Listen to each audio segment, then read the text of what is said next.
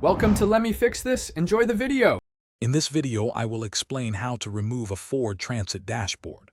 First, gather your essential tools, including a trim removal kit, a range of screwdrivers, and a socket wrench set. Next, for your safety, disconnect the negative terminal of your vehicle's battery. Finally, set up a large, clean area to carefully lay out all removed parts in the order they were taken off, which will greatly assist during reassembly.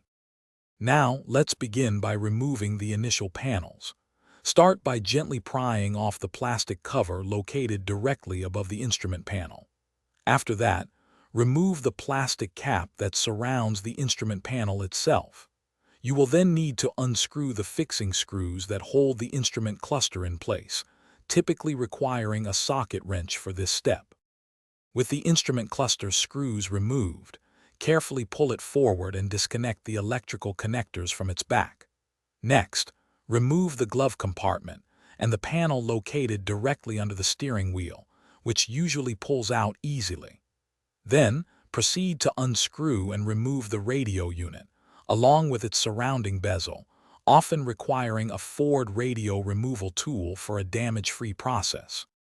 To continue, remove the cup holders and any other lower dash panels that remain. You will then need to disconnect the heater control cables and carefully separate the main dashboard wiring loom from the bulkhead wiring. Finally, locate and remove all remaining bolts securing the dashboard brackets to the vehicle's frame, allowing you to carefully lift the entire dashboard assembly out. Thanks for watching. If you found this helpful, don't forget to like and subscribe.